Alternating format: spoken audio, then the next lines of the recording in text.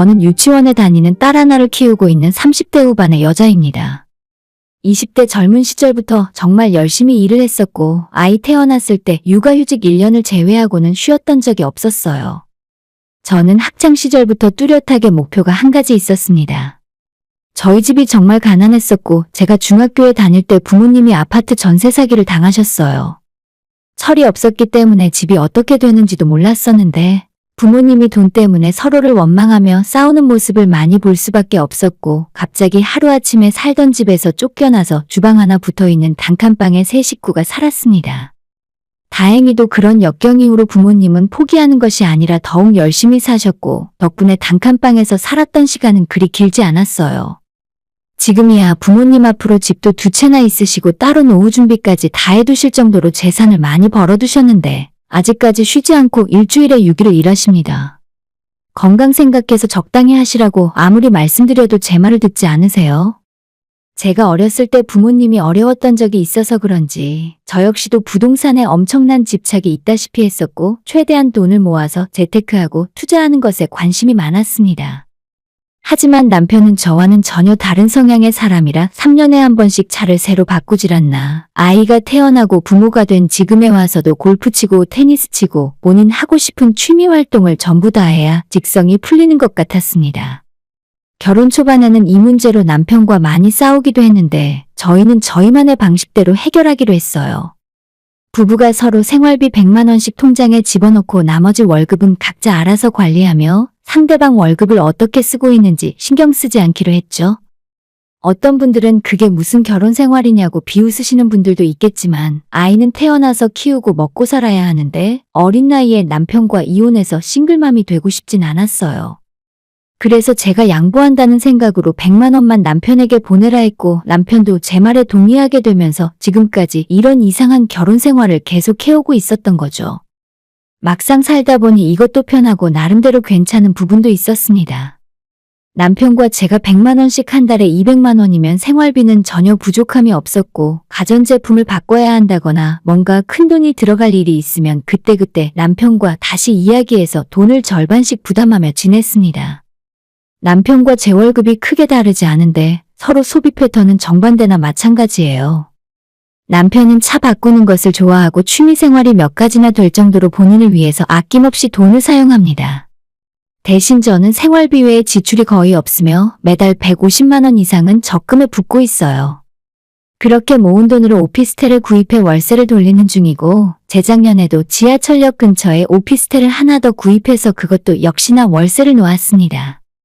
월세 받아서 은행 대출 갚고 세금까지 계산하고 나면 그렇게까지 큰 돈은 아니지만 일하지 않아도 매달 수십만 원씩 더 들어온다는 것이 얼마나 든든한지 몰라요. 남들은 외제차 타고 명품 가방 사서 들고 다닐 때 행복하다고 하는데 저는 전혀 그런 것에 관심 없고 제 앞으로 재산이 하나 늘어날 때마다 너무 즐겁습니다. 여기까지 오는데 부모님 도움도 전혀 받지 않았고 남편 돈은 하나도 들어가지 않았죠. 서랍 안에 제 이름 적혀있는 등기 권리증을 볼 때마다 밥을 안 먹어도 배가 부른 느낌이에요. 남편과 저는 그렇게까지 연봉이 높진 않지만 대부분 정년이 보장되어 있는 안정된 직장을 다니는 중이고 지금 살고 있는 집도 저희가 결혼할 때 남편과 제 돈 반반에 대출을 조금 받아서 구입했어요. 지금은 대출 다 갚아버려서 빚 없이 사는 것과 마찬가지고 사실 남편처럼 어느 정도 돈을 쓰며 즐기고 살아도 괜찮습니다. 제가 사는 곳이 경기도긴 한데 엄청 뜨고 있는 도시는 아니라서 아파트값도 싸고 오피스텔도 크게 비싸지 않아서 가능했었던 것 같아요. 제 월급과 매달 들어오는 월세를 합치면 이미 남편 벌이를 뛰어넘은 지 오래입니다. 가끔 남편이나 시어머니가 기분 나쁘게 하는 일이 있으면 그깟 생활비 100만 원 안 받아도 좋으니 남편이 사라져버렸으면 싶을 때도 많았어요. 이해 안 가고 부당한 일을 겪을 때도 많았지만 아이 생각해서 참고 살았던 거죠. 확실히 제 스스로 경제적으로 여유가 생기고 남편 벌이에 기대지 않으니까 언제라도 어디서도 당당할 수 있어서 좋은 것 같았어요. 사실 남편과 돈 관리를 따로 하면서 좋다고 생각한 점이 하나 더 있습니다. 시댁에는 4년 전에 아버님 돌아가시고 난 후 어머님이 혼자 살고 계셨고 아무래도 혼자 사시면서 연세도 7순이 넘었다 보니 경제적으로 여유가 있진 않았어요. 남편 위로 누나가 하나 있지만 신우혁 씨도 아이들 셋 키우며 외벌이로 살림을 하다 보니 본인 고가 석자라서 형편 어려운 어머님을 도와줄 수가 없겠더라고요.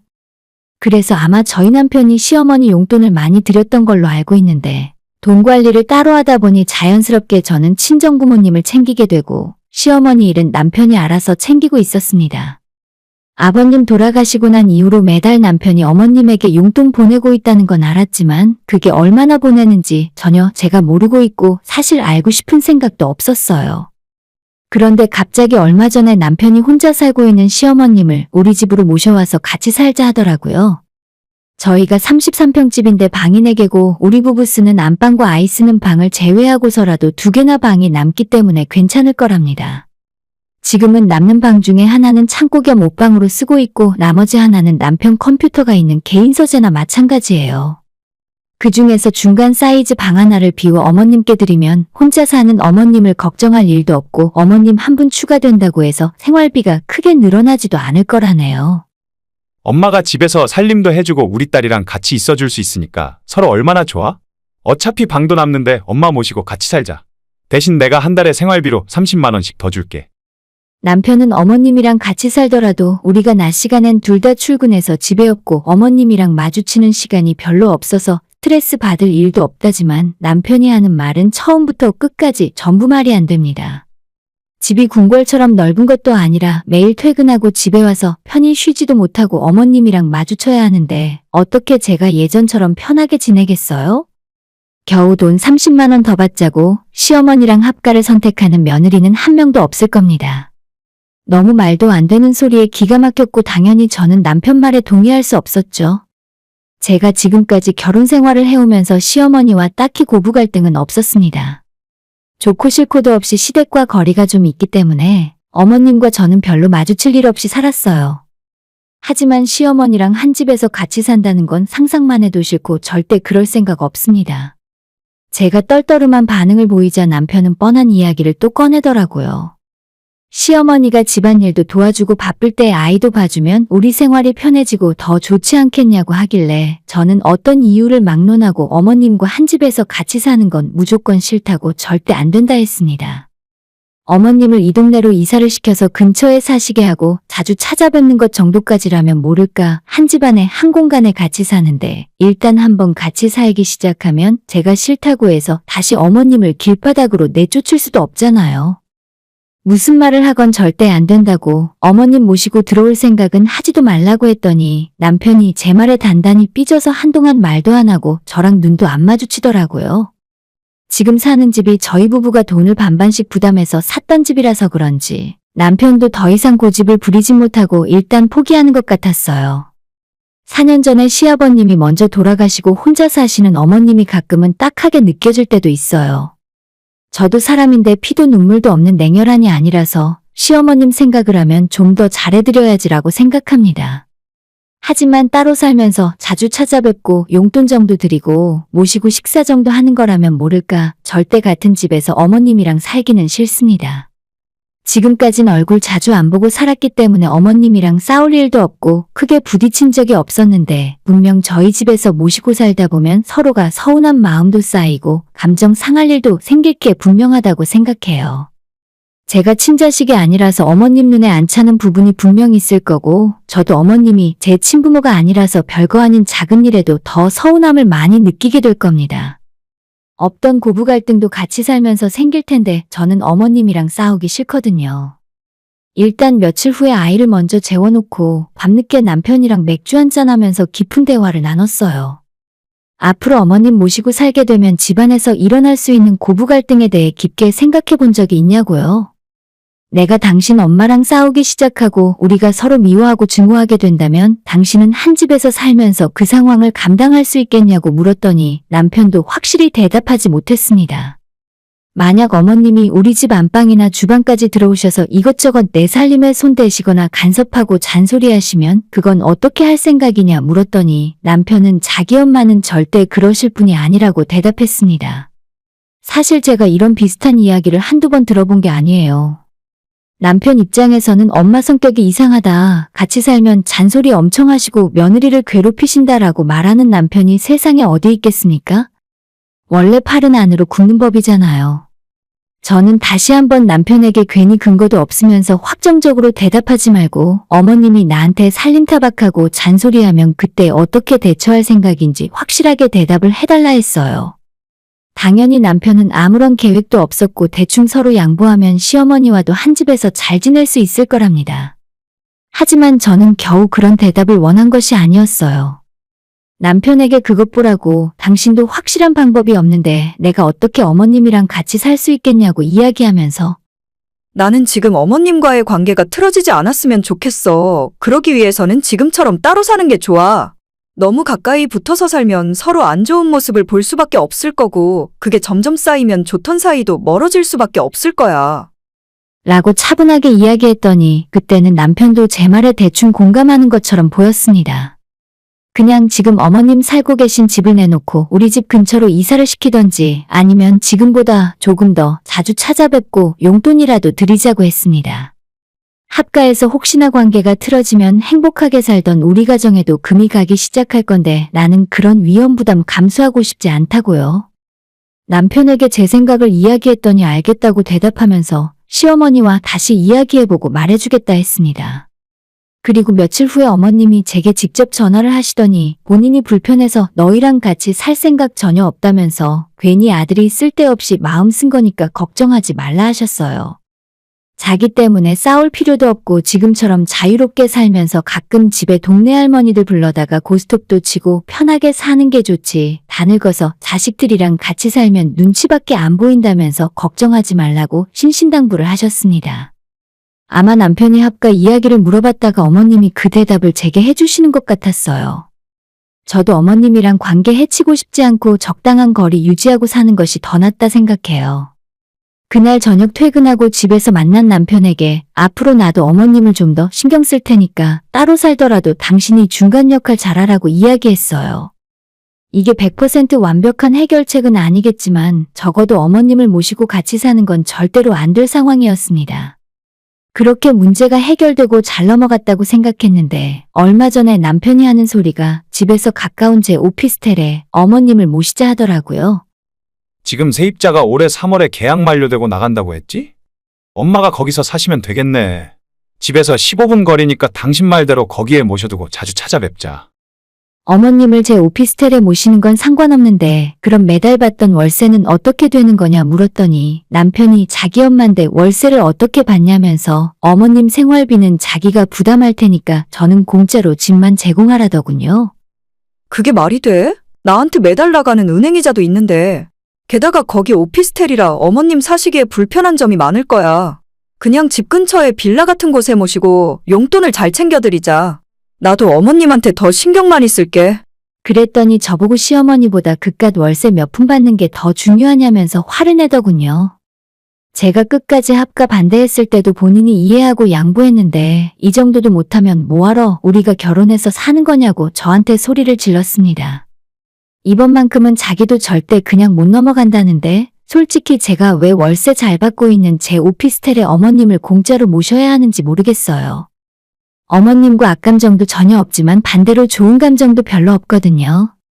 애초에 1년에 2번 명절 때 말고는 거의 볼 일이 없다 보니 진짜 가족 같은 유대감이 생기지도 않았습니다. 합가 한번 반대했다고 제 소중한 재산까지 공짜로 내줘가며 어머님을 모셔야 하는지 납득이 가질 않았어요. 오피스텔 한 곳에서 매달 45만 원 정도의 대출금을 갚아야 하는데 월세 수입은 고사하고 은행이자도 제가 내면서 그런 손해를 감수할 생각이 전혀 없습니다. 남편에게 근처에 다른 곳을 알아보라고 몇 번이나 얘기했는데 어머님이 지금 사시는 집을 정리해도 이 동네 전세금에 훨씬 못 미치는 돈이고 월세집에 사시게 되면 매달 나가는 월세를 남편이 감당 못한다고 하네요. 굳이나 이런 상황에 어머님을 억지로 모셔오려고 하는 이유도 잘 모르겠고 단순히 혼자 사시는 어머님이 걱정이라 같은 동네에서 살고 싶다고 하기에는 남편의 설명이 너무 부족했습니다. 정작 어머님은 별 생각 없으신 것 같은데 왜 남편이 혼자서 저 난리인지 모르겠더라고요. 남편과 몇 번 더 이 문제로 대화를 나눴지만 전혀 협의점을 찾지 못하고 서로 자기 할 말만 하면서 감정이 점점 상해갔습니다. 최근에는 서로 얼굴 마주쳐도 말조차 잘 안 하게 될 정도였는데 남편이 왜 그렇게 어머님을 이사시키고 싶어 했는지 그 이유를 며칠 전에 알게 되었어요. 어머님께서 저한테 전화를 하셨었는데 요즘 저희 집 사정이 그렇게 안 좋냐고 물어보시는 겁니다. 무슨 소린지 영문을 몰라서 그런 거 없다고 대답을 했더니 왜 자꾸 혼자 잘 살고 있는 자기한테 이사하라는 거냐면서 어머님 댁 보증금으로 뭐 할 생각이냐고 저한테 물어보시더군요. 어머님 하시는 말씀을 들어보니 남편이 어머님에게 합가하자고 했을 때부터 혼자 사시는 어머님 집을 빼고 그 전세금을 본인에게 달라고 했었답니다. 지금 어머님 댁 전세금은 1억 5천 정도였는데 남편이 어머님 남은 노후를 다 책임질 테니까 집보증금을 통째로 다 넘기라고 했대요.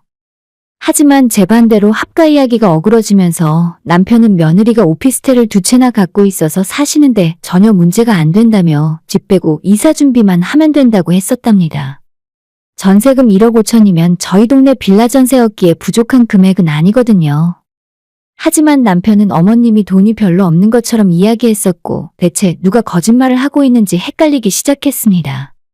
그날 저녁에 남편에게 다시 한번 이 이야기를 꺼냈는데 남편은 시어머니가 직통으로 저한테 전화를 거실 줄은 예상 못했나 봐요. 상당히 당황하면서 제가 생각하는 그런 게 아니라고 하더니 어머님과 했던 이야기를 바탕으로 꼬치꼬치 캐물어 보니까 결국 전부 이실직고를 했습니다. 남편이 어머님 보증금을 중간에서 다 떼어먹을 생각을 하고 있었더라고요. 본인 카드랑 마이너스 통장 빚으로 4천만 원이 있었고 그뿐 아니라 1억짜리 외제차 계약을 해놓은 게 있어서 당장 출고하려면 현금이 있어야 한답니다. 저는 이게 뭔 소린지 모르겠더라고요. 제가 결혼 생활하면서 혼자 열심히 돈 모으고 재산을 늘리고 있는 동안 남편은 놀 거 다 놀고 다니면서 빚만 계속 만들어 놓고 있었던 겁니다. 말이 4천이지 사실 4천도 훨씬 넘을 거예요. 지금도 계속 신용카드로 생활하면서 월급은 들어오는 족족 카드값으로 다 나가고 리볼빙이며 현금 서비스며 금리가 몇 프로인지도 모르는 그런 빚을 만들어서 생활하고 있는 중이거든요. 저는 그렇게 돈이 없는 와중에 골프 치고 외제차 계약을 어떻게 할 수가 있는지 이해를 할 수가 없었습니다. 일단 차부터 계약 취소하라고 이야기했는데 자기가 주변에 차 바꾼다고 말을 너무 많이 해놔서 어쩔 수가 없다 하네요. 당장 외제차 취소하고 그 많은 빚부터 갚을 계획을 세우라고 그렇지 않으면 당신이랑 결혼 생활을 계속 못할 것 같다고 말을 했지만 남편은 엄마 돈을 받으면 한 번에 문제가 다 해결되는데 뭐하러 힘들게 그래야 하냐고 싫다 하더군요. 저도 이때부터는 화가 머리끝까지 나서 난 그럼 너랑 못 살겠으니 이혼하자 했습니다. 너 같은 인간을 자식이라 믿고 전세금 뺏어 주려고 하는 어머님이 너무 불쌍하다고 말을 해봤지만 남편 귀에는 제 말이 들리지 않았습니다. 어차피 결혼 생활하면서 돈 관리를 따로 했으니 나누고 자식할 재산이 없었어요. 집만 처분해서 반씩 나눠 가지면 그만이었고 아이는 제가 키울 테니 각자 인생 알아서 살자고 했죠. 남편이 아이 아빠로서 양육비만 잘 보내주기를 마지막으로 바라고 있어요. 오히려 이 상황이 남편은 잘 됐다면서 지금 집 팔아서 반씩 나누면 본인의 모든 문제가 해결된다며 자기가 직접 부동산에 집 내놓겠답니다.